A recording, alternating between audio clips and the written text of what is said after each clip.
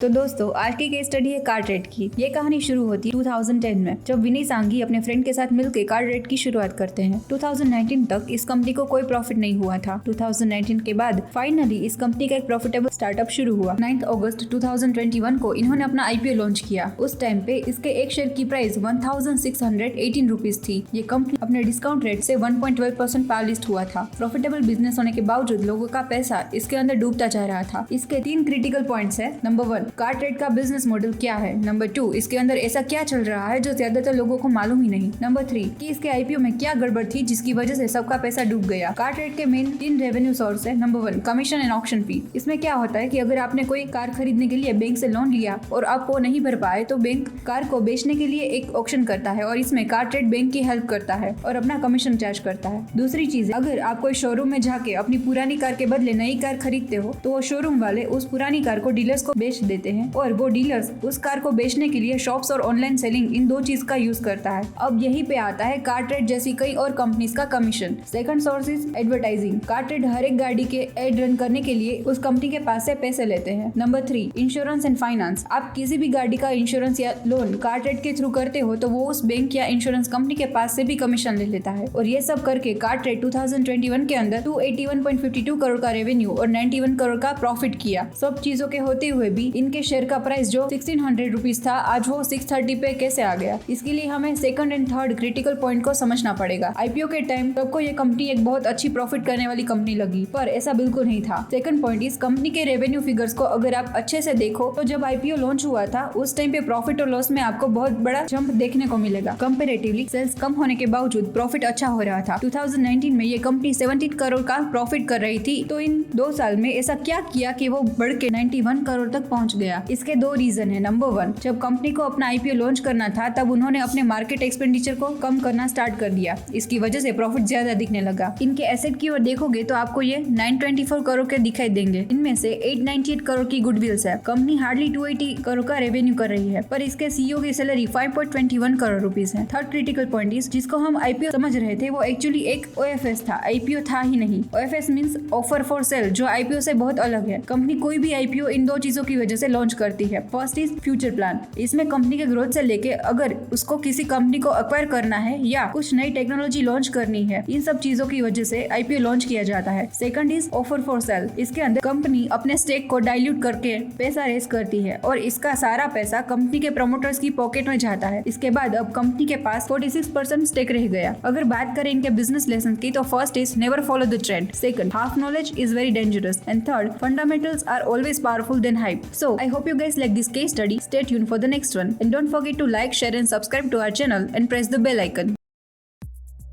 हाथ बढ़ाओ व्यापार बढ़ाओ डाउनलोड फाइल now